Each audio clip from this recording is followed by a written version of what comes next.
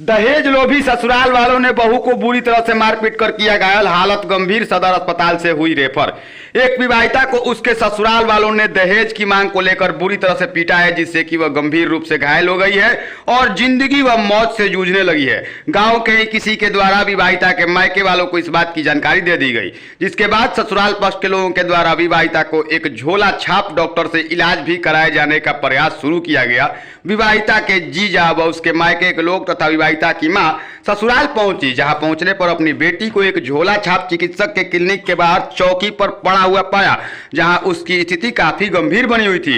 इसके बाद विवाहिता के मायके के लोगों ने इस बात की जानकारी सिकरौल थाना की पुलिस को दी। जानकारी मिलने के उपरांत आनन फानन में सिकरौल थाना की पुलिस विवाहिता के मायके वालों के द्वारा दी गई जानकारी के आधार पर उक्त स्थल पर पहुंची, जहां विवाहिता को इलाज के लिए ले जाया गया था। विवाहिता के मायके वाले और पुलिस के पहुंचने के पूर्व ही ससुराल के लोग विवाहिता को एक चौकी पर सोए हुए अवस्था में छोड़कर भाग गए थे, जिसके बाद आनन फानन में विवाहिता को बक्सर के सदर अस्पताल में पुलिस के द्वारा भेजा गया, जहां उसकी स्थिति गंभीर बनी हुई है तथा चिकित्सकों ने उसे बेहतर इलाज हेतु अन्यत्र जगह रेफर कर दिया है। मिली जानकारी के मुताबिक अखिलेश चौधरी की पुत्री लक्ष्मीनिया कुमारी की शादी अशोक चौधरी के पुत्र अमित कुमार के साथ 29 मई 2023 को हुई थी। शादी के समय विवाहिता के पिता के द्वारा अपने सामर्थ्य के अनुसार तिलक व अन्य चीज उपहार स्वरूप ससुराल वालों को दिया गया था, लेकिन इसके बावजूद भी ससुराल पक्ष के लोगों का दहेज के रूप में कुछ चीजों का मांग लगातार किया जा रहा था और विवाहिता के साथ मारपीट भी की जा रही थी, जिसकी शिकायत विवाहिता के द्वारा अपने मां से कई बार फोन के माध्यम से भी की गई थी। और बुधवार को विवाहिता ने अपने मां को फोन कर कहा था कि उनके पति व ससुराल पक्ष के लोग उनके साथ मारपीट कर रहे हैं दहेज की मांग को लेकर, जिस पर विवाहिता के गरीब मां ने कहा कि हम लोगों ने शादी के वक्त नहीं अपने सामर्थ्य के अनुसार उपहार स्वरूप चीज ससुराल पक्ष के लोगों को दे दिए हैं और अभी उनकी आर्थिक स्थिति ऐसी नहीं है कि ससुराल पक्ष के लोगों को और भी दहेज दे सके।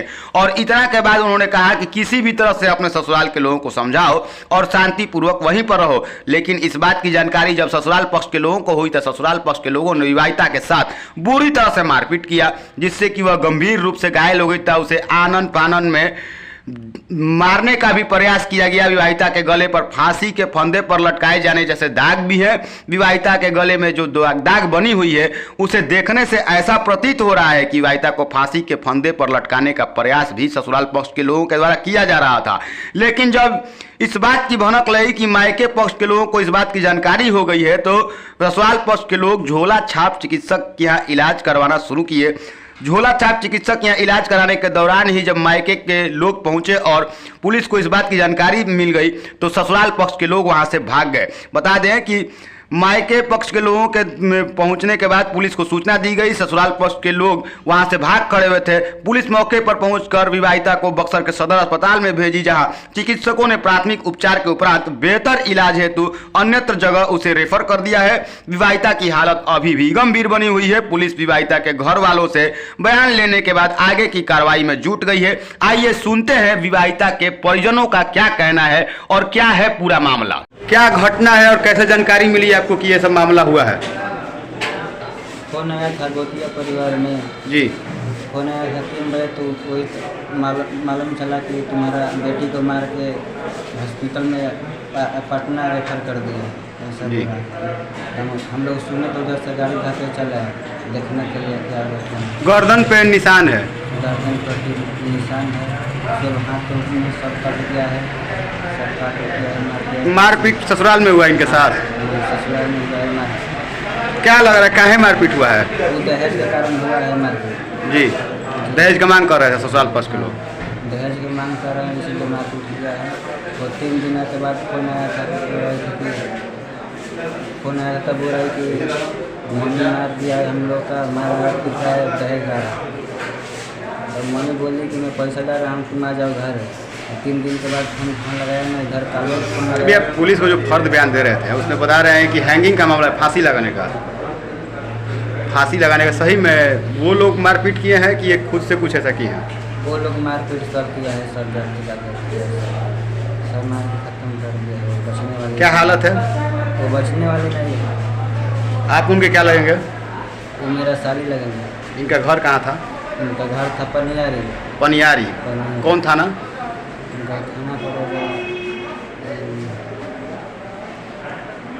शादी करके 5 दिन में मेरे घर।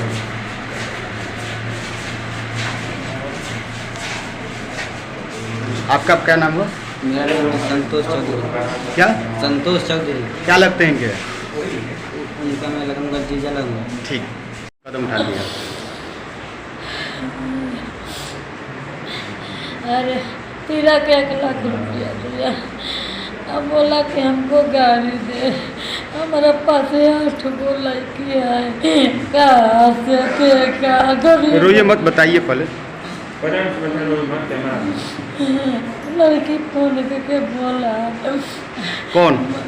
बोला फोन से मम्मी बहुत मारा है, सास ससुर सब परिवार मिल के। बोला कि जाए तो बेटा बढ़िया रहा, मारे तो हमारा पास गाड़ी नहीं के दिया, हमसे पैसा रुपया नहीं के, तारा में बिका गई नहीं हो,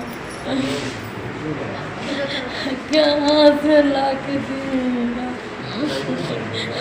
तो बोला गया हम लाने, नहीं बिका करा, घूर के घर चल गया। ओकरा बाद में फोन गया कि तुम्हारा दूसर पे फोन करा कि तुम्हारा लड़की के मार के गला जाप के ढठिया के मुआ दिया, लेके हॉस्पिटल गया। कहाँ गया कहाँ नहीं गया, हम लोग के खबर आया, हम लोग चल दिया। क्या नाम है उनका, इनके पति का? इसका पति के नाम है, हमारा दिमाग नहीं चलता है। कहाँ सदिया भई रहे? सदिया कहाँ भई रहे? सदिया भाई है, सदिया भाई है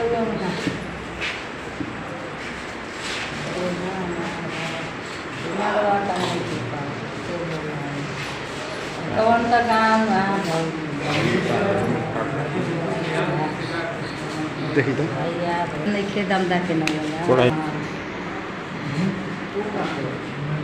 अमित कुमार, अशोक चौधरी, सरिता देवी।